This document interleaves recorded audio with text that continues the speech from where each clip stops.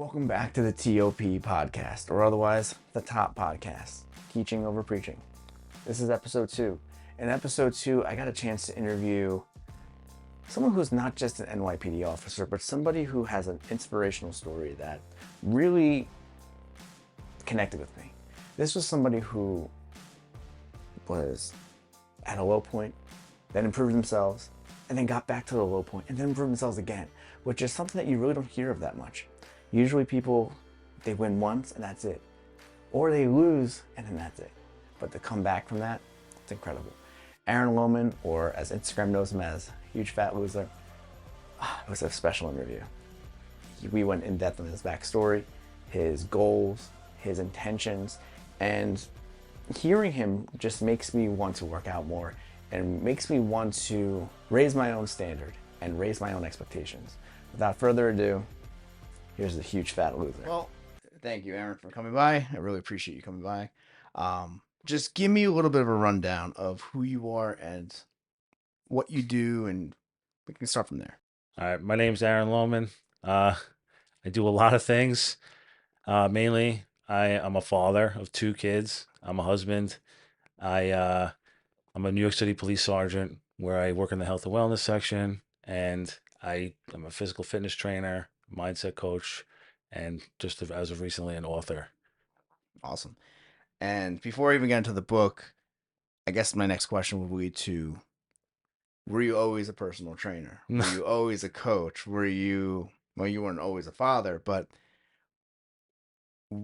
before you were a coach, what were you doing? Or where were you in life before you were a coach? Before I was a coach, I was a miserable 425-pound man who hated physical fitness, hated exercise, hated nutrition. And I was just a lost, depressed person, and I became a personal trainer because I went through a fitness journey where I lost over 175 pounds through regular nutrition and exercise. And then I decided, hey, you know what? There's a lot of people out there struggling like I was, and I really want to help them. I know what the place that I was in, that darkness, that helplessness that you feel, especially, there's a reason that the diet and nutrition industry is a multi-billion-dollar industry because it's difficult, it's hard. And I wanted to be one of the people who was a real person in the industry who's been through it, who's done it, and could actually help people get out of it. That's one of the things that really made me want to reach out to, because I remember when I was really in school and learning about my own business, I was always told to take advice from people who have been there, not people who just know the solutions, but people who know how to get out of their own way. So when you were over 400 pounds, was that something you just always dealt with as a kid? Like, were you always a big kid? Was it something that you developed later on in life? I wasn't, growing up, I was a skinny kid, very skinny. I believe it or not, I was a soccer player.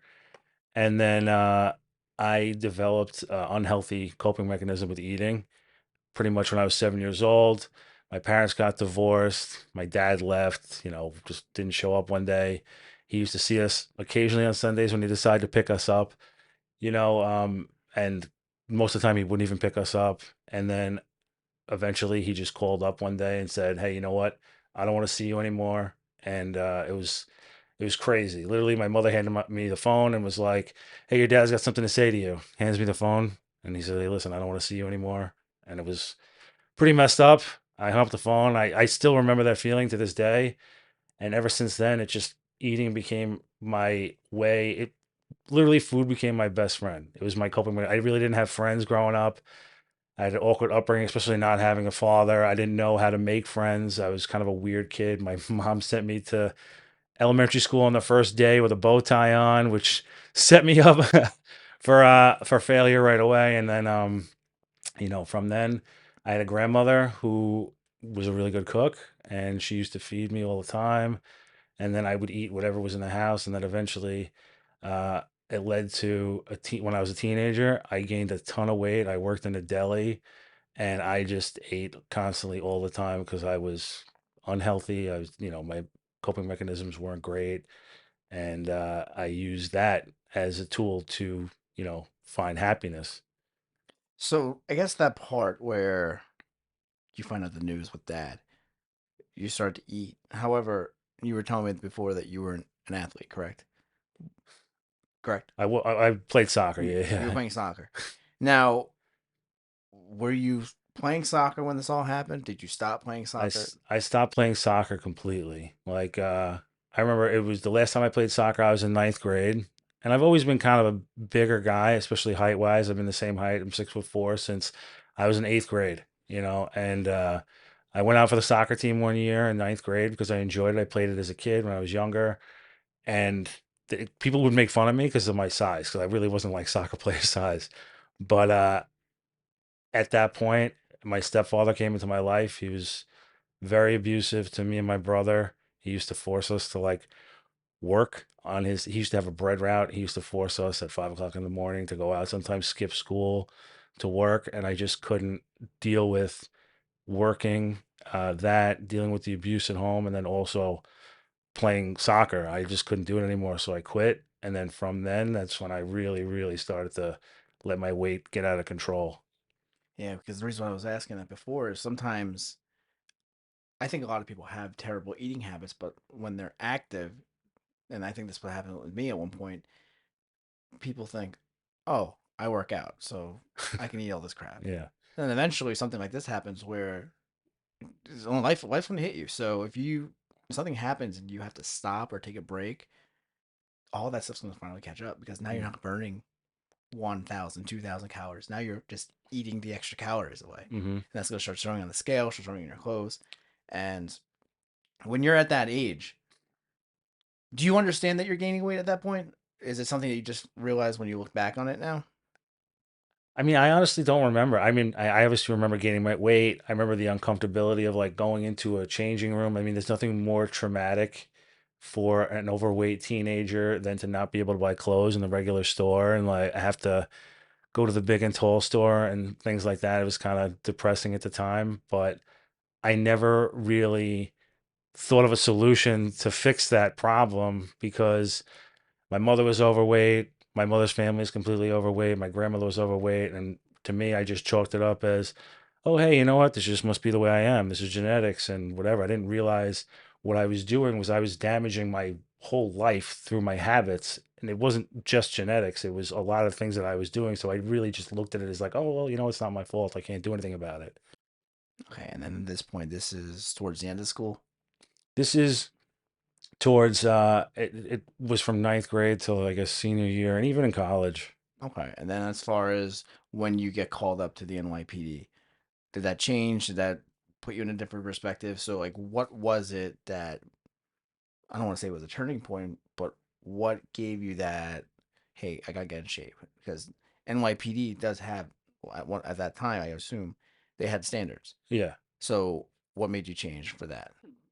I so becoming a cop wasn't something I always even wanted to do. I was literally given an ultimatum by my mother, who was like, "Get a real job, or I'm kicking you out of the house." So the NYPD at the time was paying $25,100 to anybody, and I was anybody. So I said, "Hey, you know what? I could do this. I think I'd be good at it." And the truth of the matter is, like, because of what I went through in my life, I literally was like, I don't care if I get shot at, I don't care if I die. Like looking back on it, like that's really fucked up to think that way. Uh, and probably a mistake. Definitely don't get into the profession for that reason. But I just had this like mindset of like, it doesn't matter. If something happens to me at work, it happens to me, I'm willing to make that sacrifice because in my mind, my life really wasn't worth that much, you know? So I'd rather give it in an honorable way as opposed to in a non-honorable way, you know? Oh, I'm sorry. Oh, and then, so I took the test. A friend of mine that I worked with when I was a landscaper at the time was like, hey, you should take the NYPD test. I'm like, it's a good idea. And then I passed, and I was like, "Oh shit, what do I do now?" I'm overweight now at the time, so I dieted the completely wrong way. What you absolutely should not do is I just did tons and tons of cardio, and I literally starved myself. I lost 100 pounds in I want to say about 5 months. I just peeled weight off of me, but at the same time, I destroyed my metabolism. I had zero energy. And then immediately when I went to the academy, because I wasn't doing that constant cardio, yeah, you're exercising all the time, but it's different exercise. I actually started gaining weight back. During the academy. during the academy because it was completely different than what I was used to. So when you were losing all that weight, they weren't the healthiest habits, but how were you feeling mentally? Did you feel better when you were doing that? When you were starving yourself, usually people do that in like such a desperation situation. What was your mindset during that during this weight loss? My mindset, I was set on a goal. Like whatever it is, yeah, I feel like crap, but and I know this probably isn't the best way, but I was thinking, I have a goal. I want to become a cop. I want to get into the police academy. I'm going to do whatever it takes to do it. I don't care what it costs me. So at that point, my coping mechanism, and which would lead into my whole entire career, my job then became my substitute coping mechanism for my past childhood trauma and for my current trauma that I would experience like on the job, in addition to food and stuff also being a coping mechanism. Now, I have many friends and loved ones who are on the job as well, and one thing I've noticed with them is their hours are absolute shit. They'll work overnights and then they'll work days to where not only are you working hours that most people don't work, you don't have a routine with it. You could be working 16 hours straight, but it may not be like a 7 to 11. It might be like a overnight to midday. It might be something that's a little bit more scrambled. Mhm. So, was it something that you were just eating outside food? Were you a snack guy? What was the situation that you found As yourself soon in? as I got out of the academy, that goal was over. I now became a cop. I didn't have to run anymore. I didn't have to do any exercise anymore. So I stopped completely. I wasn't doing anything. I did nothing. And then on top of that, I would just eat terrible food. I knew nothing about nutrition. I just knew, hey, I was hungry. I'm going to eat this. I want to eat that. And then I want to say within the first 6 or 7 months, actually within the first 3 months, I remember I split my first pair of uniform pants. I had already gained back so much weight that my uniform didn't fit me anymore. And then 7 months later, I had already gained back 50, 60 pounds. And it just went on from there to the point where I was over 425 pounds. And at the beginning, my shift was pretty steady. I was a rookie. I was out on foot patrol, but then I went and I worked midnights. I worked midnights or nights pretty much my whole entire career up until 3 years ago, till when I went to the unit I was in now. But even working nights, like you said, I was working nights, and then sometimes I'd have court the next day, and I'd stay for court, and then I'd be there for a whole day and a half, But I would literally just eat whatever was around. I knew nothing about nutrition, so I was just poisoning myself essentially. What was your environment like coming home from the job? Because I know you said you used the job as like your coping mechanism, but did you? I know you didn't have your dad at this point. Did you have loved ones? I know you're married now. Like, did you meet your wife yet? So I met my wife while I was in the academy, believe it or not. We met. It was so before I was in the academy, I was a landscaper and I was a bouncer at this bar called the Nutty Irishman. And we met there. She actually was at the current time she was doing some type of internship. She's going to be a social worker. She's a nurse now, but she was doing a social work internship in my school, and my brother also happened to be a student teacher there. So we met at a bar through a mutual friend, and then we just kind of hit it off. I was in the academy, but that wasn't really at that point. Yeah, I mean, I would see her every once in a while, but my home life, my physical home life, where I was living at home, ever since my dad leaving and then my mom, you know, allowing my stepfather into my life to abuse me and my brother. Like, there was one point where me and my brother, we had to flee the house. We literally staged a kidnapping, pretty much, where my brother went to my high school guidance counselor and he told him what was going on at our house. And the high school guidance counselor was like, I can't let you go back there. What relatives do you have? So they called my cousin and my uncle, and they were like, "You're not going home." So we went to essentially they kidnapped us from school, and we lived with them for a couple months. And then during that month time period, my mother didn't even want to kick him out of the house. She just sought to repair everything. You know, she tried our whole lives to project this perfect relationship, this perfect familial thing, which didn't exist. It was just completely fake. Like we were the family that had child protective services over the house all the time. Like we were coached to lie to child protective services, all this stuff. And then finally, when that happened, she didn't want to fix it. She thought that like nothing was wrong, nothing was the matter. Oh, I could fix all this. And then finally he moved out, but my relationship with my mother never, even now, like it never repaired. She's not like, yes, she's my mother physically, but like I don't look at her as my mom. Like I don't look at same way like my dad is back in my life now, but in a different aspect. And I don't look at him as a dad. I look at him as a guy who's just there and I keep him around. Maybe like, hey, my kids see him every once in a while, like, hey, that's grandpa. But that's it. So when I was coming home to my brother. Me and my brother were super tight because of what we went through. But my relationship with my mother was always terrible. So coming home to there was even more stressful. And if I would have a relationship with my brother, and thank God for him, because like without him, I definitely wouldn't be here. So about your brother, what's he like? Is he in a similar situation as you? What was he like during your weight progression? My brother is awesome. My brother, so currently right now, he's a superintendent of a school on Long Island. I don't know if he would be cool with me saying what school he's in, but I'm sure anybody could look it up. It's fine. But he's the man. He's got his doctorate and everything, but he's always struggled also with his weight. Same thing, it's difficult. But he was always more of a gym person than me. Believe it or not, when I was going through my initial 100-pound weight loss to get into the academy, the gym that I went to was this old school gym in Lindenhurst. It doesn't exist anymore.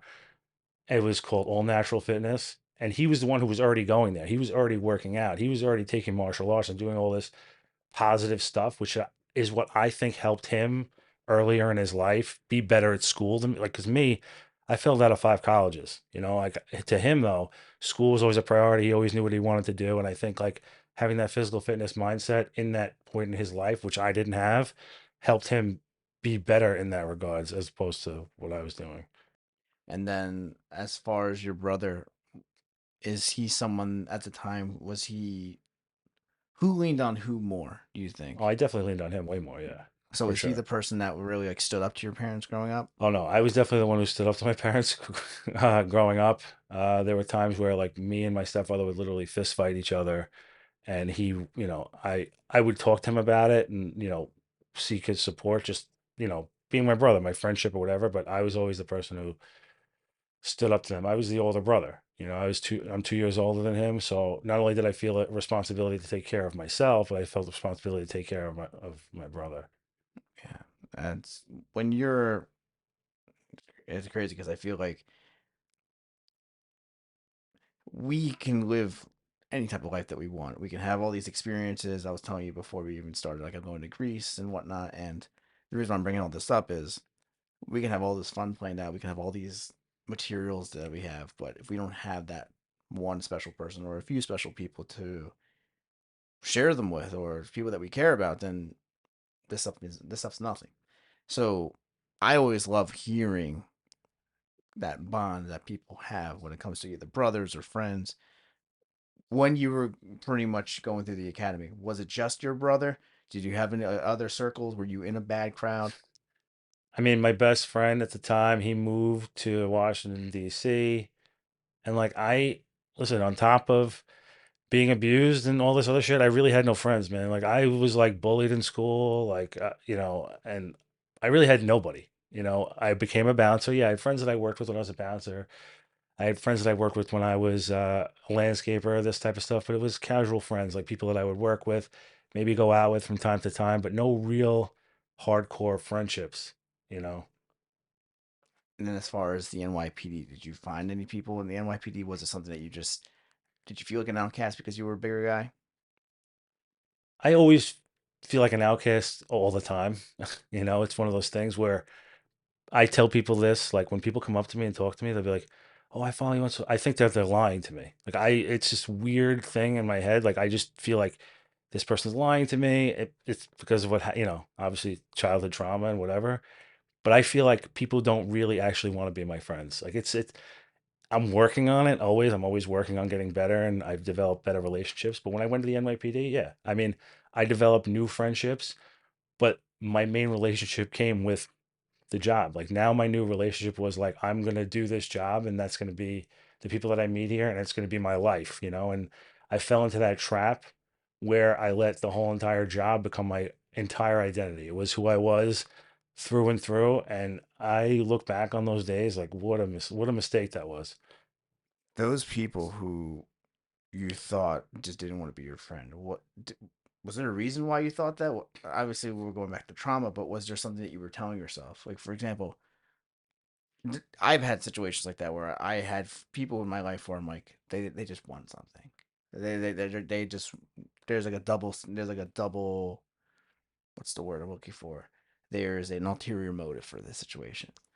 Did you think people were just giving you pity? Do you think people just wanted something out of you? What was it that made you believe, hey, this person just doesn't want to be my friend?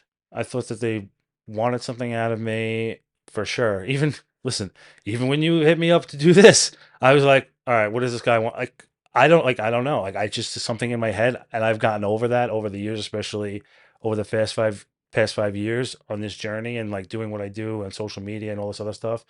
I've gotten over it to a certain extent, but still, I always have that little initial thought where I'm like, what is going on here? What's the ulterior motive? What do they really want? What are they trying to get out of me? How are they going to take advantage of me? I can't trust them, and that all stems from back then. Like I can't think about it. I couldn't trust my parents. How could I trust anybody else that's coming into my life? Am I going to have the same type of relationship with them? What are they going to take from me? I've already been through so much, and my life has already been taken from me essentially. Like I'm starting to build myself back. I cannot let that go and be taken advantage of by somebody else. Between all of that and having a job that pretty much deals with people who there's a good chance that the people that you're dealing with could be lying to you Oh yeah. and they're trying to steal from you or they're trying to steal from somebody else where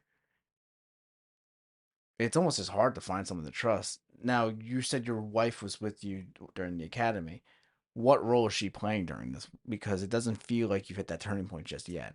No. So listen, I met my wife. It was great. We dated for a while, and she was always one of the best, one of the best people in my life. Now, listen, she's the best person on earth. She is amazing, the most supportive wife. I love her like unbelievably. Like I could never tell her enough how much I love her. She supports me in everything I do. But at that time, yeah, we were in a relationship, but my primary relationship at that point was with the job. Like she was my wife, but like my primary focus was the job, doing the job, and what I could do in my career to be a better cop, to make the next arrest, to build the next case, and all this stuff. And she was there. And then it wasn't until I hit the turning point at work, but like I remember sitting there one time on the couch, right? So like when I was in the gang unit, I used to investigate like a lot of social media based crimes. So I used to be on social media at home while I'm off from work, sitting next to my wife, and then looking up perps from work and like trying to get build cases while I'm off, not even getting paid. And she'd be like, "Look, what are you doing? Like, are you always gonna do this? Like, are you always gonna be like this?" And I'd be like, "Yeah, this is how it is." And like, I didn't have to be like that. I was just being like that because I wasn't prioritizing the right things. I wasn't seeing what was in front of me. I was always trying to find the next best thing in the wrong place. And I kind of want to go into it. Now, that conversation, you're gaining the weight back. At this point, you're over 420. Oh, I thought you were over 420. How did it start? How did you get momentum? Tell me through step by step. So I got in trouble at work. It was for an incident that happened when I was in the gang squad. It was like a bunch. It was nonsense. But as a part of this nonsense during the investigation, they took my gun and shield from me, and essentially like I was barely even a cop. They put me in Brooklyn Central Booking, which is like the Brooklyn jail, and I sat there. And then when they took my gun and shield from me, I thought I was worthless now. Now my whole life was dedicated up until that point to work, where that was one of my most toxic coping mechanisms, was focusing on work as opposed to life and things that I could actually control and take care of. But when they took that from me, I felt like they took my whole identity to the point where I was going to kill myself because I couldn't imagine what it would be like to not be a cop anymore. I couldn't think of. Yes, I had my wife, and I even had my daughter at the time, who was born, and I couldn't think of anything else except what am I going to be now that I can't be a cop? Like I can't go on living like this. I'm worthless. I'm nothing. And I literally looked at myself in the mirror and I'm like, I'm gonna kill myself tonight. I'm gonna go home. I'm gonna take my shotgun out of the safe and I'm gonna blow my brains out. But I had this thought in my head. I don't know what stopped me at the time, but I had this thought. I was like, Aaron, do you really want to die? And I said, no, I don't want to die. I want to get better. I don't, I looked at the past, what I was doing on the job. I said, I made every possible mistake I could possibly make. I was prioritizing the wrong things. How do I make this better? And how do I start being the best version of me for me? I gave away so much to the job, to the police department, foolishly, that now I was going to start living for me and I was going to live the best life possible. And I didn't know how I was going to do that. And then I went home that night and I had a dream that I got thrown off the roof of a building.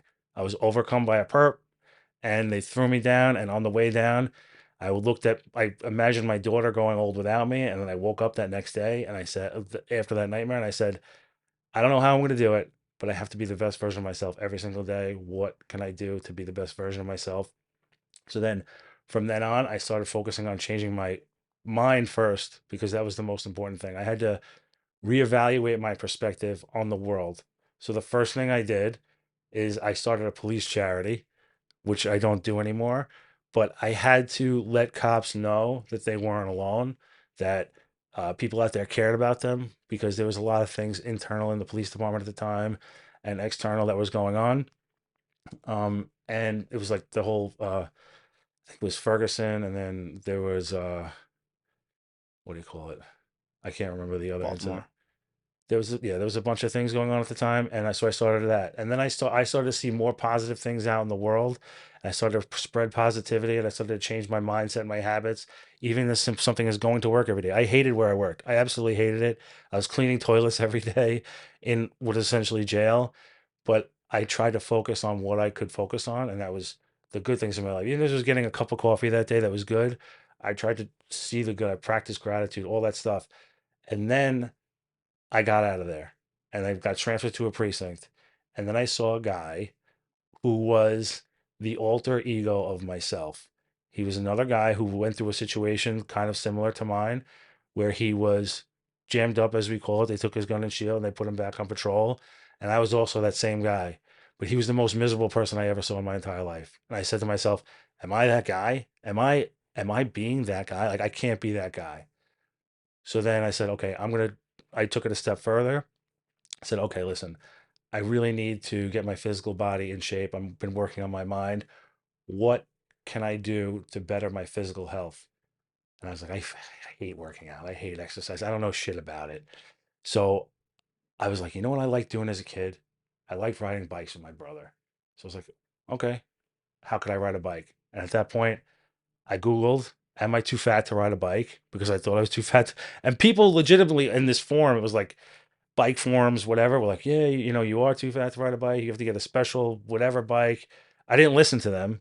I just bought a regular mountain bike, and I decided, you know what I'm going to do? I'm going to ride this bike from my house to the Long Island Railroad, which is like 2 miles. Take the train into Woodside and ride another 2 miles to work, and then back. First day, I got a flat tire. I was literally devastated. I was so embarrassed. I had to call my wife. She had to pick me up from the train station. And I was like, you know what? I'm not doing this shit anymore. I was like, obviously, like this is a sign. I'm not meant to do this. I'm not meant to be a better person. I'm not meant to be different. But I didn't.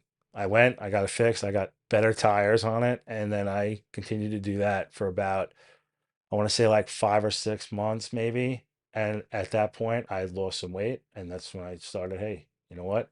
There's this gym in my command. It sucks. It's shitty. All the weights are rusted. But you know what? I can find a program here. I can write it myself. And then the rest was history. One of the things I really like about your story, or one thing that really made me reach out to you after the conversation was you had progress. You lost 100 pounds originally. Obviously, the way you lost it wasn't ideal, but then you went down again. And usually, when someone has like a bunch of progress, no matter how they got it, like they're happy about it. But then when you lose it, I can only imagine it's got to feel even worse because now it's like you had this reward and you just let it go. Hmm. Same thing with the job. Like you had this job that that was pretty much your life, and then you have it taken from you. I don't know. You'll probably disagree with me, but those two probably have to be the worst feelings of everything. I know you said losing your badge and gun was the worst one. I think that both was just that had to be rock bottom because you had so much progress, and then to have that taken from you, Yeah. it's almost like you lost twice. It's almost like, yeah, it's just like, oh, you might not have certain things that you want, and then the things that you do have, you got those taken away from you as well. Yeah. I can see that really changing someone, and I how you said that that made you go down that route of suicide. I could see a lot of people feeling that trap, feeling that loss, and the fact that you pulled yourself out of it, especially when you're having these conversations with yourself at the time. Are you by yourself? Did you I'm by talk to myself. anybody? Yeah. I didn't talk to anybody. That's that's hard because I listen. I think everybody in life will deal with some sort of low. Everyone has different versions of what's low. So, what you might feel depressed about, something might someone might feel depressed about something else. But some of us may need to cling to somebody. Some of us may need therapy, or some of us may need to watch a David Goggins video on YouTube. But for you to do this by yourself, for you to have that conversation, because it's very easy. I think anyone that's ever been depressed or anyone who's ever had that suicidal thought, it's almost like a drug. Like it's almost like this. You feel like there's no way out. You feel like there's no option to escape. But for you to talk your way out of that, that's just something that takes a certain type of strength. Did you at that time feel like there was a light at the end of the tunnel? I know you said you wanted to change, but did you feel like it was possible for you to change? No, but I didn't know where it was going to wind up. I didn't know that there was a light, but I said, at this moment, I don't want to die. Yeah, I wanted to kill myself. I had a plan and everything, but I had a moment where I was like, you know what? I can't, you know, there has to be something out there to live for. And you know what? Even if it's this moment, this present moment where I want to stay alive and tomorrow, uh, just make it through the next day. Just make it through the next day. And eventually, like, I came to a point where I didn't hurt as much anymore. I didn't want to end my life and I had something to live for. So those feelings, they didn't go away immediately at the beginning, but they became a lot less as soon as I started with the mantra in my head, like, I'm just going to get through today. I'm going to try and make today the best day ever. I'm going to find something in today to live forward, to look forward to live for. And as soon as I started doing that, that's when my gratitude increased. That's when I started taking care of myself. That's when I started looking at the world through a completely different lens. Uh, During that time period, before I was still thought about killing myself, I was already a negative, miserable person. I was burned out by the job through my previous trauma. Like, it was weird. The job was my entire life, but at the same point, like, I hated it because I was always working, I was always doing this stuff, I was always burned out, and it gave me this really shitty worldview about how people are. Right? I would have this negative worldview about everybody else in the world, and a lot of cops get this, and I had it. It's this us versus them mentality. Right? Whereas, like, everybody else in the world sucks. New York City sucks. Long Island sucks. Everything sucks. And I had that worldview until I decided, hey, you know what? I'm going to find good things throughout today. And now I love where I live. I love going to the city, even when I'm off. I bring my family there. A complete 180 from where I used to be just by focusing on things that I enjoyed or that I liked or the good things. Because if you look for something shitty, you are gonna find it every single time. But if you look for something good, you'll find that too. It's strange. I remember I went through a dark time in my life, and I remember I had just broken up with somebody, and I remember what her car looked like, and for some reason, I was seeing that car everywhere. I was seeing. I didn't want to see it, but I kept seeing that gray sedan everywhere I went. It wasn't even her, but I felt like all of a sudden, just people just had an influx of that of Pontiacs. I'm Hmm. like, why am I seeing this everywhere? And that's where my focus was going. I realized, like, wow, what's that saying? Like, where focus goes, no, where energy flows, focus goes, or where Hmm. energy goes. I don't know what the saying is, but it's amazing what we can do and what we can control when it comes to our thoughts or feelings. And that takes me to back to like where you were making your life change. I'm gonna take a wild guess. I mean, correct me if I'm wrong, but you probably didn't have that much help making the first few steps, did you? I had none. Yeah, like when you're telling, are you telling people you're losing weight? Like what are people saying in the beginning when you're making that turning point? What is your environment like at that point? My wife, like I said, she's always the most supportive. Okay, so at least I had her. But at work, no, it's the complete opposite. People see you riding your bike to work and like trying to eat healthy, and they think you're a crazy person.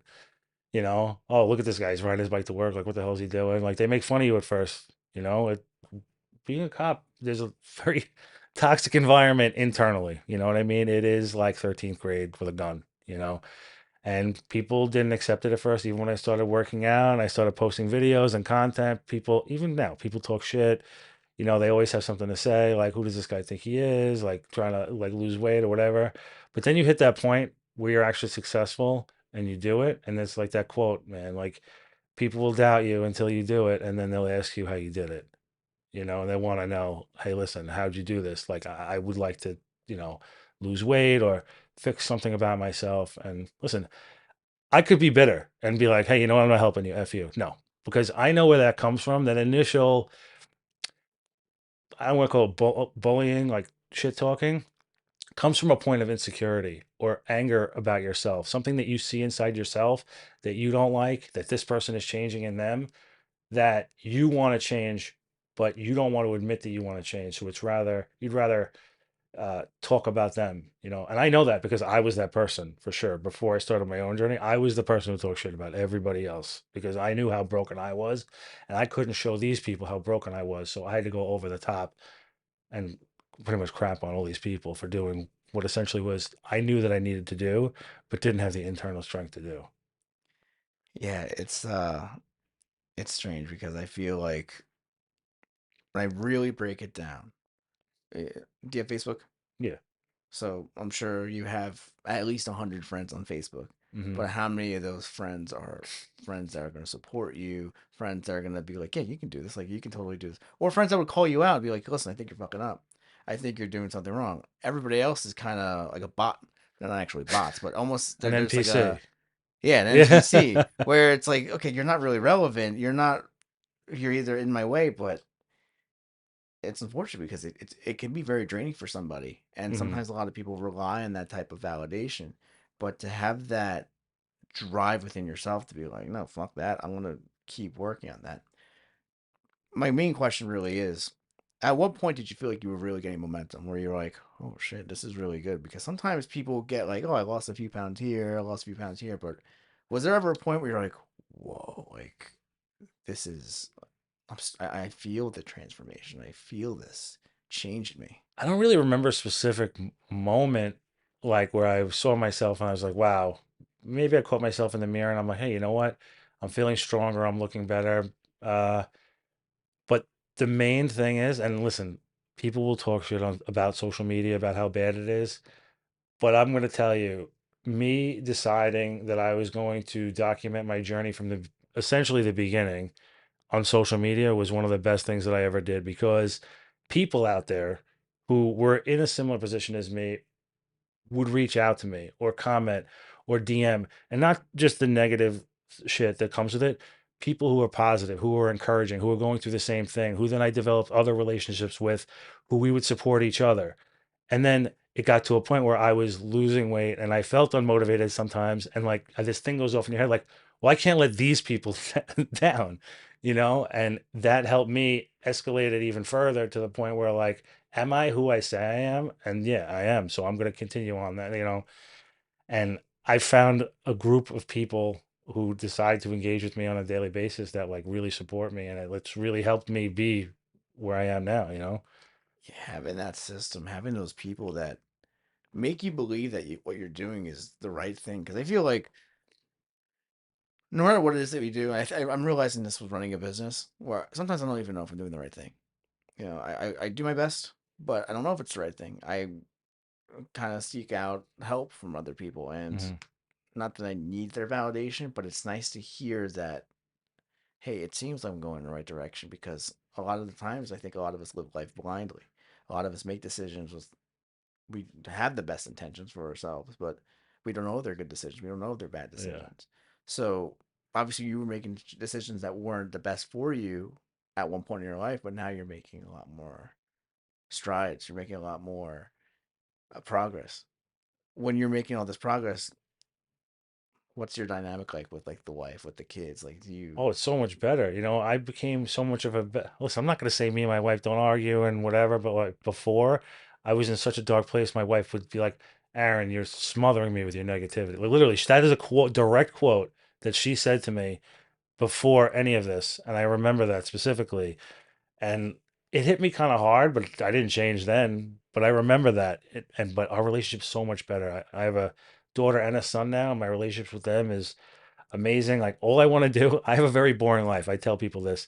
I go to work, I work out, I spend time with my family, and occasionally I'll sprinkle in some other stuff. But for the main points of my life, that's what I do, and that's what I desire to do. I don't really desire to do run a business also, but like that's it. I don't seek anything else out, and that's the way I like it. I like my simplicity, and I'm super happy, and my relationships have never been better with my family. How old? So your daughter's the oldest, correct? How old is she? She's 10.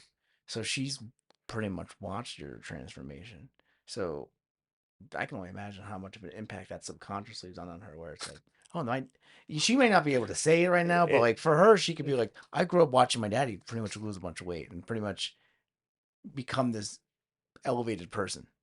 Have you ever it's thought of it that way? it's so crazy that you bring this up because the other day I have so from my first wedding anniversary, me and my wife, I bought my wife a painting version of a photo from our wedding. It's hanging in our living room above the TV, and it's me from before, like when I weighed 425 pounds. And my daughter says to me the other day, she goes, "When are you going to take a new picture?" And I'm like, "I can't. That's from our wedding." But she definitely acknowledges that, you could tell that she is seeing everything. Especially she's in a bunch of sports and stuff, and she sees, especially my son. My son sees me working out all the time. He'll pick up, my wife's like dumbbells, and like he tried to lift a 46-pound kettlebell in the backyard the other day, like lifts it up and carries it. Like it's good to see that. Like all I wish for them, A, is happiness, and B is health.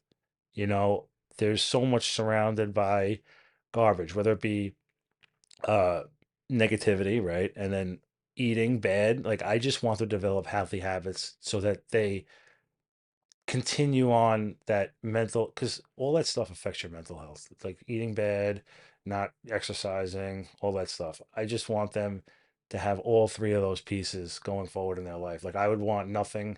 I don't care what they do in their life. I don't care. Me and my wife kind of like argue about this sometimes. She's like, I don't know, like she's more practical than me in that terms, but like I know that whatever they do, as long as they're happy and healthy, that's good by me. They could live with me forever. I'm good with that. Do you? I was going to ask a question, but I want to tack on this more. I feel like I only have a niece and a nephew. One of them is about to turn 9 next week. The other one just turned 6.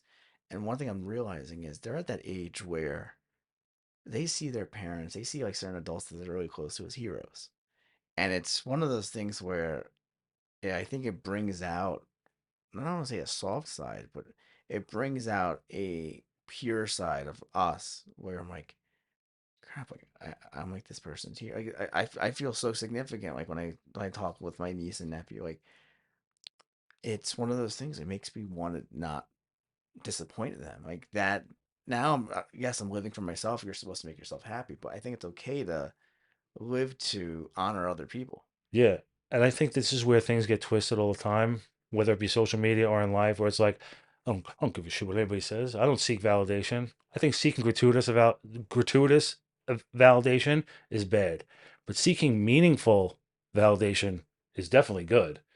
There's two different things, so meaningful validation would be, your niece or nephew like looking up to you and saying that they love you and saying that they care about you, right? Or somebody on social media having a meaningful conversation with you about how you may have changed their life or helped them, or how you inspired them. That is meaningful validation.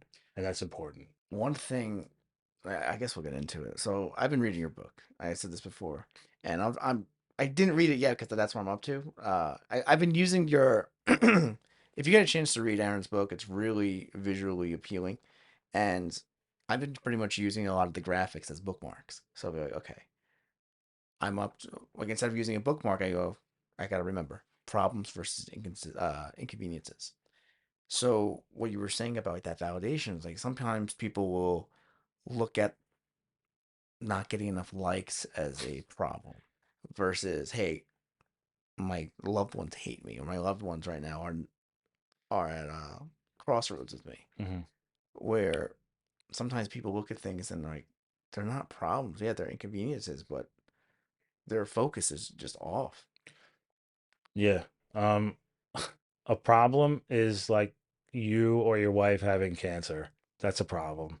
Everything else is traffic is not a problem. Traffic is an inconvenience. I mean, most of the things that we worry about or that we create our stress in our own mind about are inconveniences, usually that we can't even control.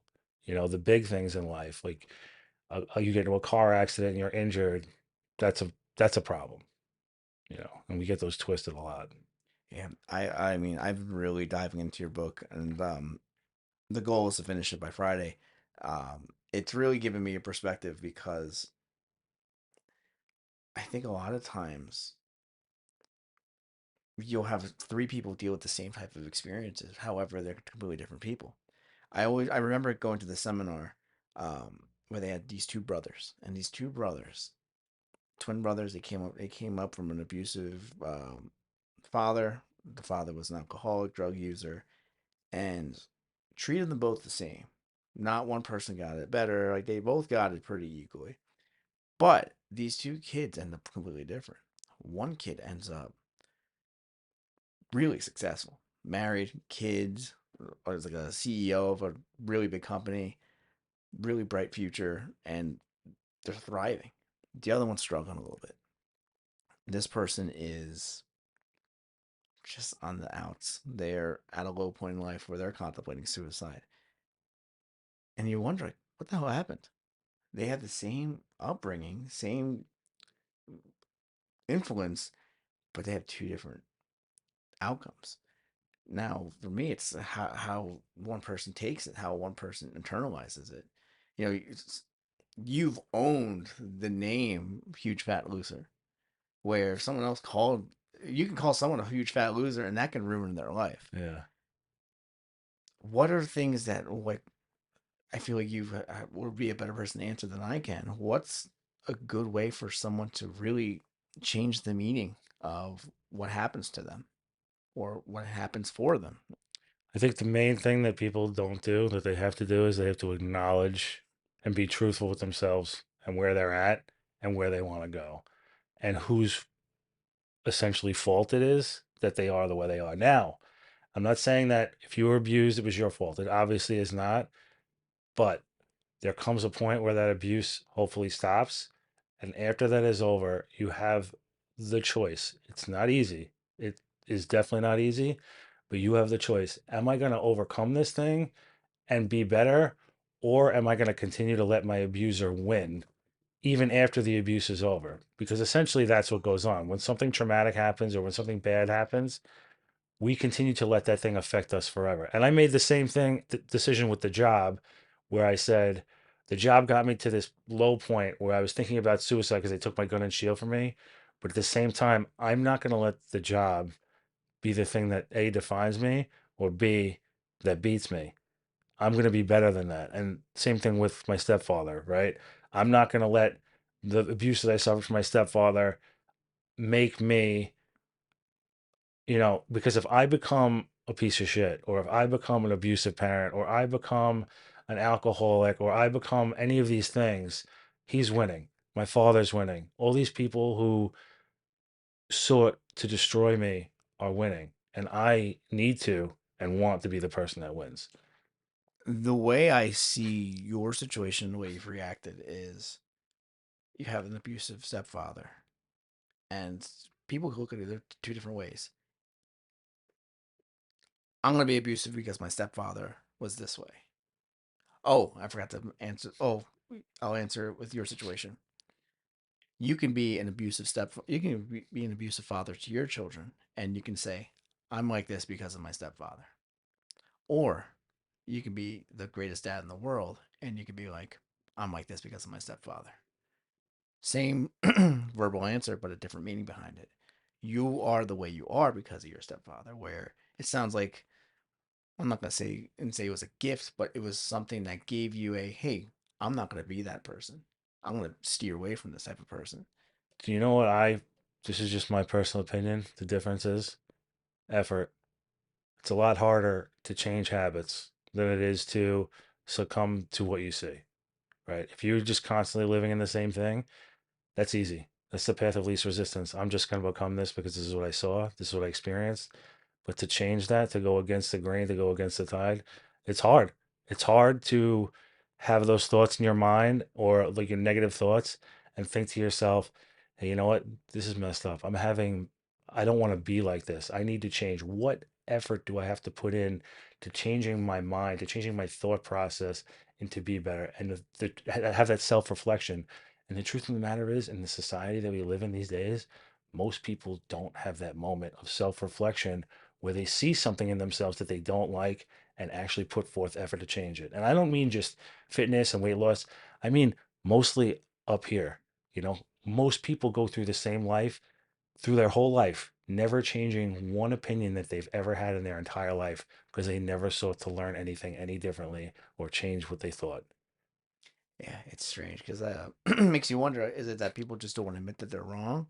Is it that it's the truth is just so hard to swallow after all this time? Because I feel like sometimes we will go into it more later on, but I grew up thinking that eggs were just awful for you because of the cholesterol and I whatnot. think we all did, yeah. Yeah, like eggs, meat, and Yeah. then you hear this new research and you hear about all these people who just eat eggs like all the time, and I'm like, man, this guy's pretty ripped for someone who eats eggs every day. Like, is this guy gonna die soon? And they explained to me about, like, good cholesterol, bad cholesterol, proteins and vitamins. And I'm like, man, it was a hard pill to swallow at first because Hmm. I didn't want to go down that route because I kept thinking like, I'm gonna die if I keep eating these eggs. I'm gonna, like, there's gonna be a consequence in the near future.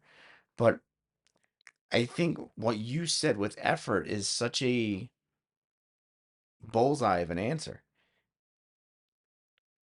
We didn't even go into it, but the second the part two of your weight loss journey, since you've kept it off clearly, how hard was that? Because you already lost the weight, then you gained it all back.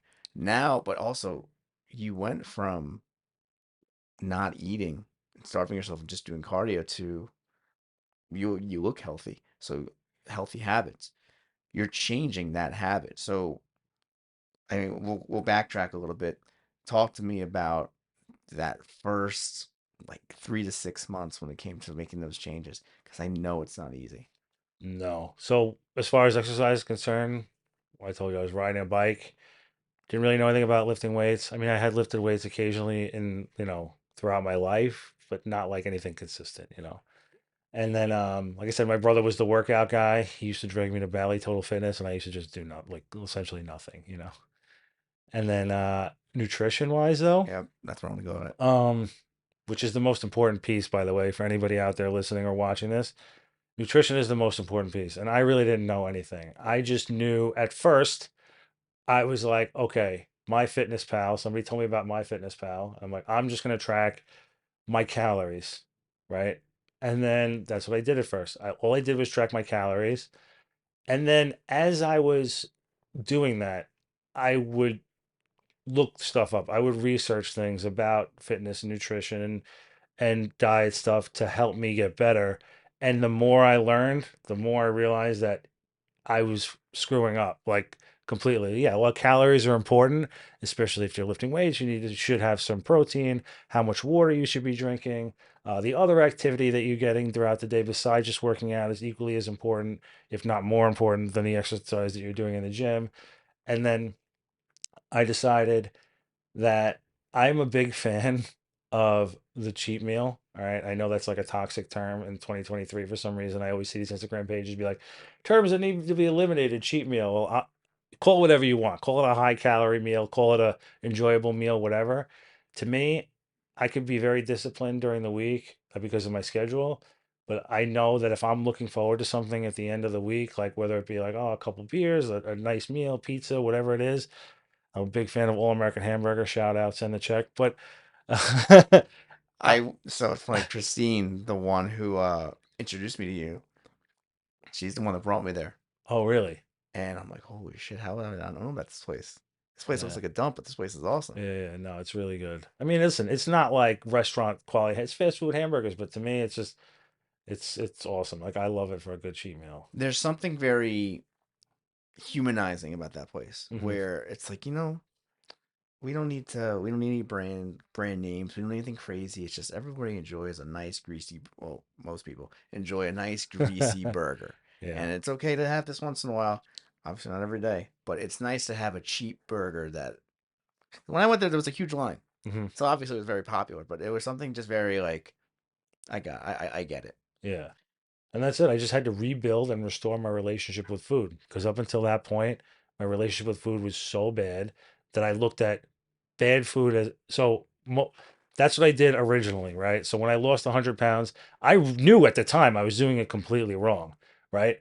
But I destroyed my relationship with food to where I thought, oh, everything, all junk food is bad, whatever. And like, yeah, okay, it is bad, but you need to have a balance in life to live your life too. Otherwise, your nutrition plan is going to be entirely unsustainable, especially if you're just starting out. Because if you eliminate everything you love from your nutrition plan, you are going to quit. And like, I give you 2 months tops because you're just going to be miserable. And I had to go at it with that perspective where I'm going to eat mostly healthy foods and sprinkle in some cheat meals or whatever it is you want to call it. And I slowly rebuilt my healthy relationship with food to where I was able to enjoy food and be healthy at the same time. I'm always, even now, still like researching and looking things up and, finding things out about certain things that help my relationship with food and help my perspective on foods. And like I said, I've changed my mind on so many different things that I don't believe there's any one right way to do it. I think whatever is sustainable for that individual person. Now, the keyword being sustainable, there are certain nutrition programs and plans out there that you cannot do for the rest of your life. You just can't. But if you can sustain it for the rest of your life and that truly makes you happy and you're living a good life doing that, then that's the thing you need to do. And that's the perspective I went in with it the second time was I don't care how long it takes me. I don't care if I don't want the overnight results. I don't want the results right away because I knew that that's what destroyed me before. I knew that, hey, here I am. I'm 35 years old at the time. I have, I don't know, let's say I live till I'm 80. I have until I'm 80 to get in the best shape of my life. The health, and I still look at that this day. Like if I screw up and I have something bad that is off plan or whatever it is, I don't really have that crazy of a plan. But like, let's say I have an extra meal, and I tell people this that I coach all the time too. Is like, so what? Who cares?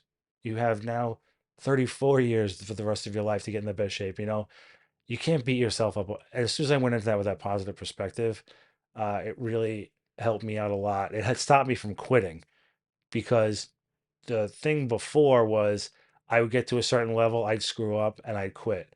And that I think was the difficult part for me for exercise and nutrition is that, sometimes it gets miserable, but you just have to, look forward to the next thing that you enjoy as far as like a cheat meal or whatever. One thing I do want to know, and I think one of the reasons why I really admire your story so much is, you always hear about these diets of, oh, lose 20 pounds in a month or lose this in a short amount of time, lose 5 pounds this week. That's a short term goal, and they might achieve it, but they're probably going to gain it back. They probably will gain it back. Hmm.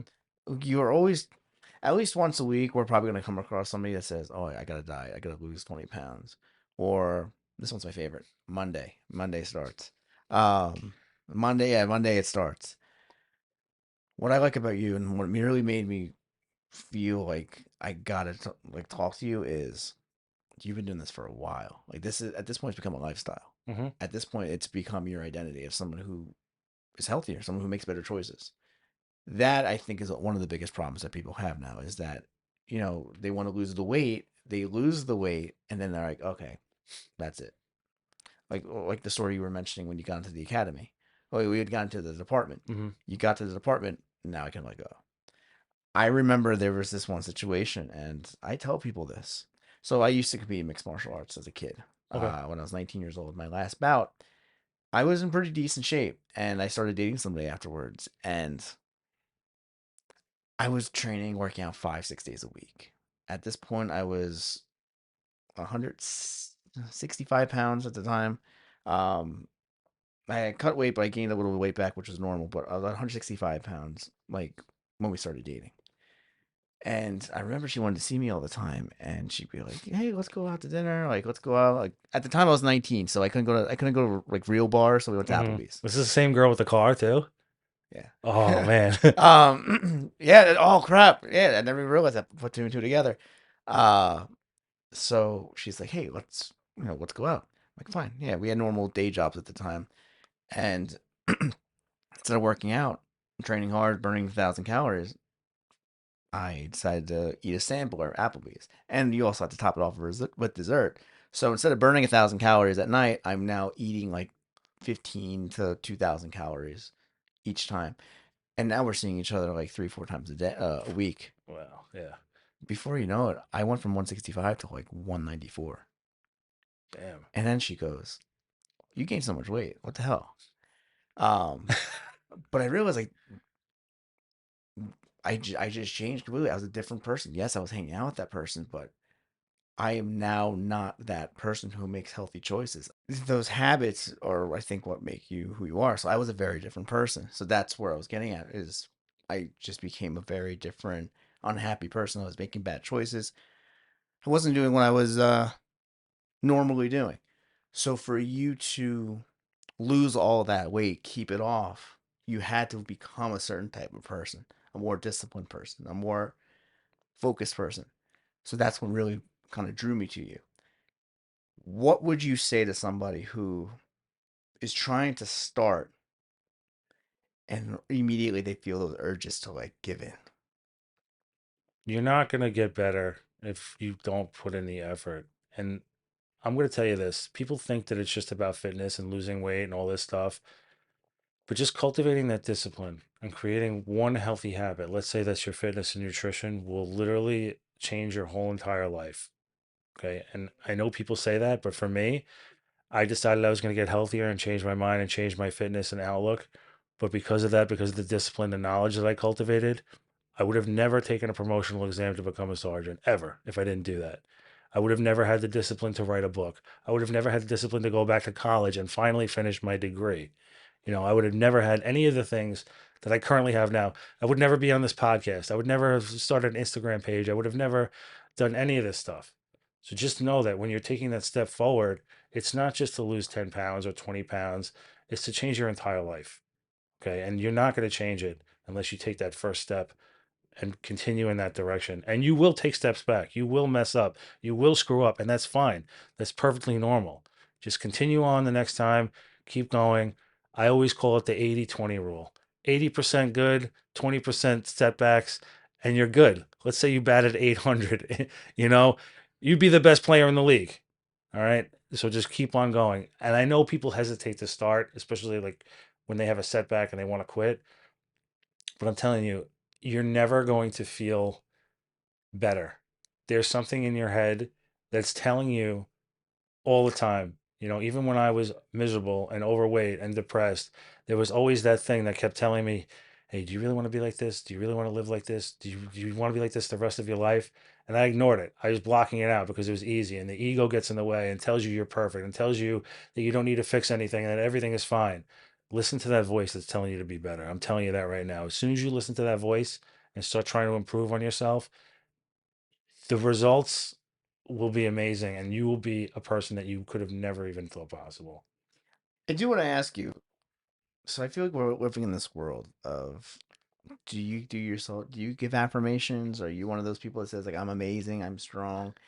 I have a problem with it personally because I feel like not that it gives you a sense of delusion, but I feel like you gotta have some reason to back it up with.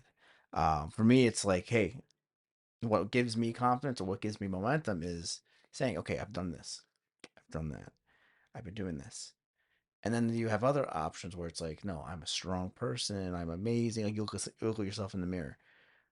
What was that mental conversation that you were having with yourself at the time? Like, was it, hey, I gotta keep focusing on my goal? Because at this point, it didn't really seem like you had that support yet. I know you had your wife, but you didn't really get the momentum, especially um in the beginning phases. Because like I said, I just want to focus more on the beginning because I feel like that's where you lose everybody because they don't Hmm. even get started really. If they do get started, they get like 3 steps down. I just went to everything. Every decision that I was going to make, well, not every one, but you make 1,000 decisions. I don't even know the math, however many decisions a day.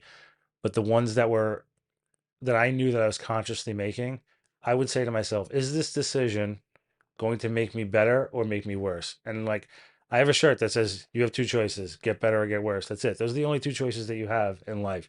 People say, oh, well, you can stay the same. If you stay the same, you're worse. Like, because life goes on without you, things will go on.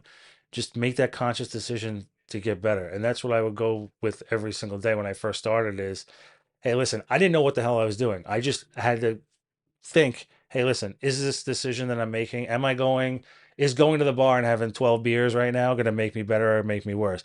Is going home and going to sleep and getting a good night's rest going to make me better or make me worse? Obviously, it's going to make me better. Is going to the store and getting a cup of coffee, but also getting the Snickers bar that I want, going to make me better or make me worse?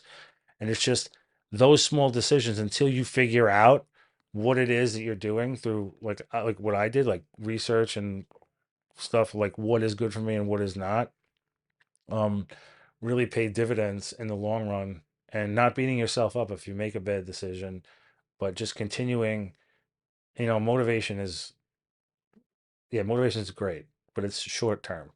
All right. And discipline and creating those habits is way better. And the more you do that, your brain literally, especially if you acknowledge the decisions that you make, right? So if you go into the store and you don't get something bad that you really want, acknowledge that in your brain. But hey, you know what? I'm really proud of myself. I did that. I made a good decision.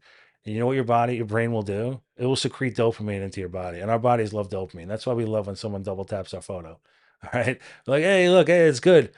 And your body will want to do more of that. It'll want to make more good decisions. And unfortunately, we beat ourselves up way too much for bad decisions that we make, but we don't congratulate ourselves in our head enough for the good decisions that we make. And I just decided that that's what I was going to do at the beginning. Yeah, that is. I just feel like that's like the biggest. That's the biggest thing that people have a hard time with. You have people, like I said before, they start Mondays or they gotta lose weight or they follow a fad diet, but then I think they just fall back into their old They have habits. to really ask themselves, why not?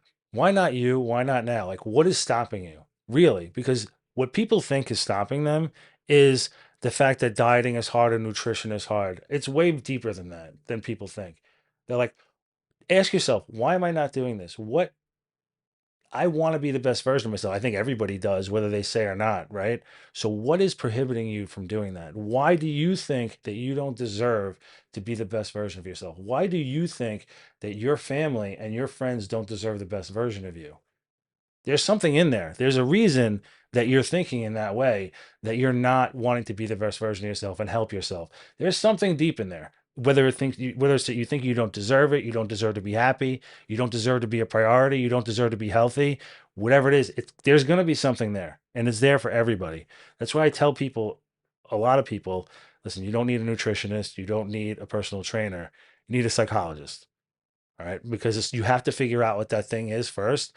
For me, is I didn't think I deserved to be happy. I didn't think I deserved to be healthy. I didn't think that I deserved to be a priority in my own life or make fitness and working out a priority.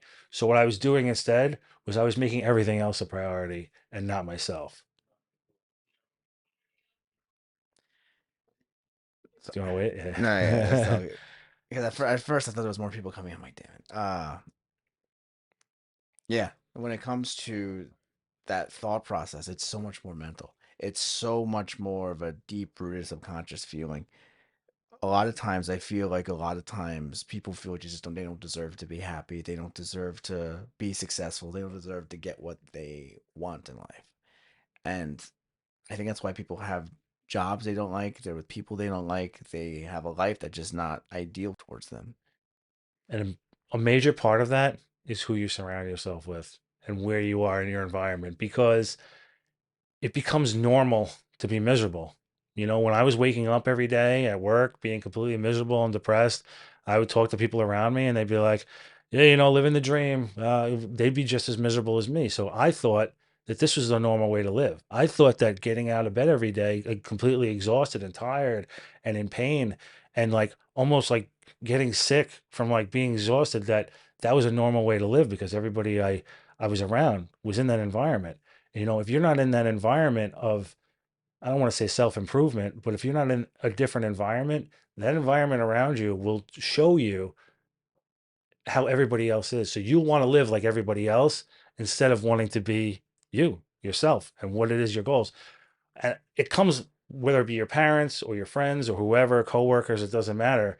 If you don't see people around you achieving anything else, whether it be losing weight, changing how they behave, changing how they think, making progress, starting a business, doing something creative, if you don't see that, you will start to think that it's not possible. So why even bother trying? And so many of us get caught in that habit of seeing so many people fail at things or not try at things that we don't think that we can be any better than those people. But everybody has it in them to be the best version of themselves, regardless of what they see in the people around them. What do you? I feel like there's so many people who are opposite of what we're talking about, and I think that sometimes people just don't even know where to get started with that. If someone were to ask you, "Hey, listen, I'm trying to find a new peer group to where I can grow, to where I can become better," where would you tell them to go?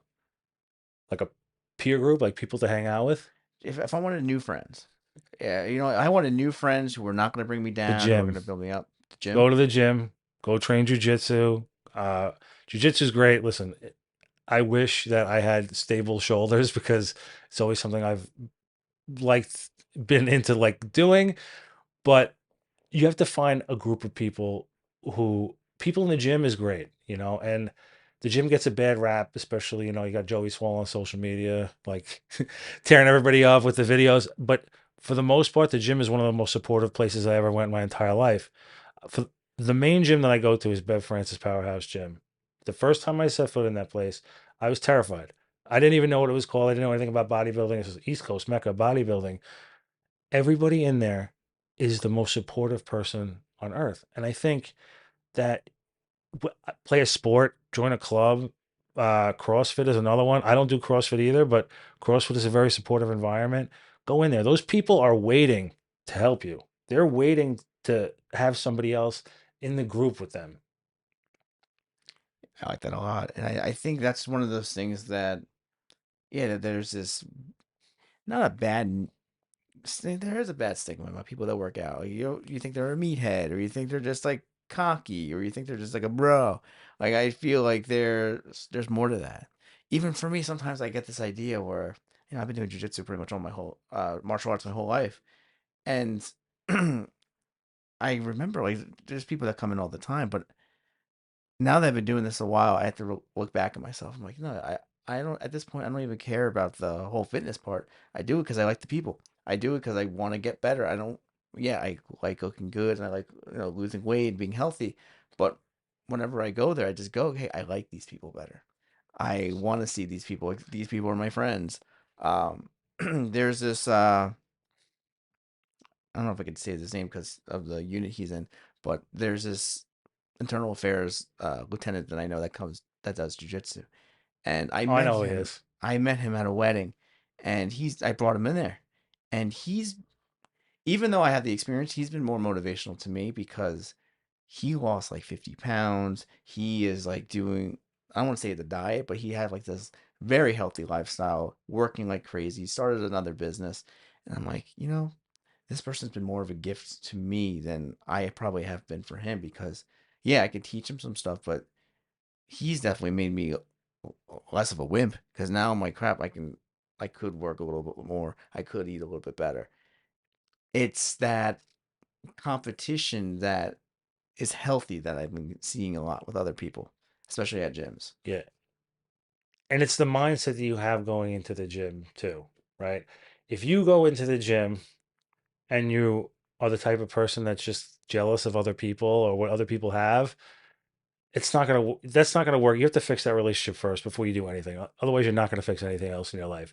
But if you go into a gym or do jujitsu or whatever it is with an open mind, like, hey, listen, this guy is better than me. I want to get like that. Or even in life, this guy has a successful business. I want to run a successful business. Find out what that person's doing. You know what I mean? Like, d- learn from these people. These people want to teach you and they want to help you. I, like I have the option a lot of times to train at work, like to work out at work, like just the way it works out with my schedule, or work out in a precinct gym. And sometimes it will cost me my own time to go work out at the gym. But I would rather be at the gym with those people who are supportive. Hey, how's it going? I love seeing those people. I love talking to them, and I love learning different things from them. I think if you really want to find a group of people and you don't know where to start, go to the gym, and don't be a closed off person to the gym. Do what I do. I'm defiantly optimistic and defiantly friendly. There's these series of TikToks or reels or whatever, where it's like how to get a friend at the gym, and it's some guy who'll walk past the same dude like 5 times, but like, hey, what's going on? And the first time he's like, what's up with this dude? Like, why is he saying hi all the time? And then the next thing you know, they're friends. I do that. I try to do that to everybody.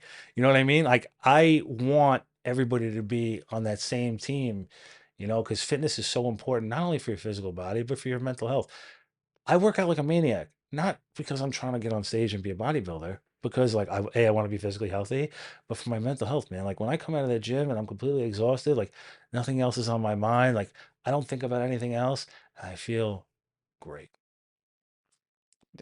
I feel like you can't beat it. And I'm trying to think like, is there a second place to that? The only thing I could think of is people who, no, there really isn't You would ha- because you would have to join like some kind of like self-development group, but I don't really know anything about that. So, I know a little bit about that just because I'm all about it. And I feel like uh, that's what I want this podcast to be about mostly. But the one thing I've noticed, and you said something about this earlier when it came to your children, you want them to be happy and you want them to be healthy. Where I truly believe now, over the past few months, I feel like if you do not have health, you cannot have the rest. You could probably have some stuff. You could probably still have money, but you're going to spend that money on doctors. yeah. Um, like if you have health, I feel you can get anything because I feel like you're not going to be able to stress out about health. You're not going to be inconvenienced by the health problems that people deal with, the Mhm. health obstacles that people deal with, like doctor visits or medicines. Or I just feel like really investing in health is such a long term investment that pays off. I've been to enough business classes now to where one thing I've noticed was a lot of these very successful business people is that they're all very fit. You want to hear something crazy? Sure. I I see 100% what you're saying too, and I agree with you. Not only that, I'm going to talk about specifically within NYPD, like leadership or leadership in police departments around the world. I notice leaders that take care of themselves physically and work out are much better leaders, 100%. And are much, not only that, I feel like they're just much more empathetic people for the most part. I mean, obviously, you have your people here and there who are not, but for the most part, the leaders that I've had in my career, if they take care of themselves, they are way better leaders. And I think that same thing in business because they know, they just have a much better overall experience. And I teach people this all the time when it comes to, because I teach resilience to the NYPD. And like, if you're not used to placing your body under any type of physical stress in a controlled manner, whether it be anything, working out, jujitsu, whatever, that's a controlled environment, right? Where you're placing your body under stress. So now your body knows what stress feels like because you're used to placing your body under it. If you're not used to placing your body under it, when it happens to you, you're going to have an adverse reaction to that stress because you're not going to know how to deal with it because it's all chemicals and hormones and blood flow in your body that you're used to feeling because you're used to placing your body under that controlled stress. So when that stress happens and you're not used to that and that feeling happens, you may not know what to do or how to react. And you may react in the wrong way. And a lot of people do. A lot of people react out of anger, frustration, all these things. And it's crazy how that works. If you ever want to But come by, you're more than welcome to. And if it I'm makes you like feel better, honestly like I'm scared. Like I'm being dead serious. I'm scared. Like my fucking shoulders and my bicep tendons in here are so fucked up that like I've done jujitsu twice ever, right? The NYPD has a jujitsu team, And like as part of the health and wellness section I have, like we coordinate all the sports teams.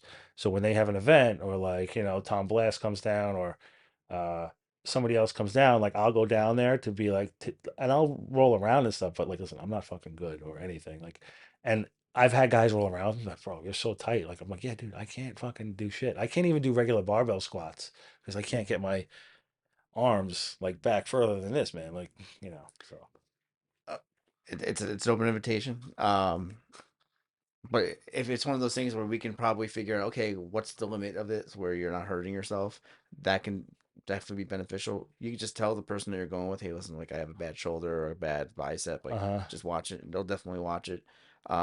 You'll find plenty of people that are your size too, so you won't feel alone. Okay. Who are 6'4". I'm about 200 pounds right now. I'm a small guy there. Yeah, so there's an abundance of people. It's the reason I think that the name itself has helped a lot of people Yeah, just yeah, feel like they're not like the biggest guy there because no one wants to be the biggest guy there. yeah, It yeah, feels yeah. weird.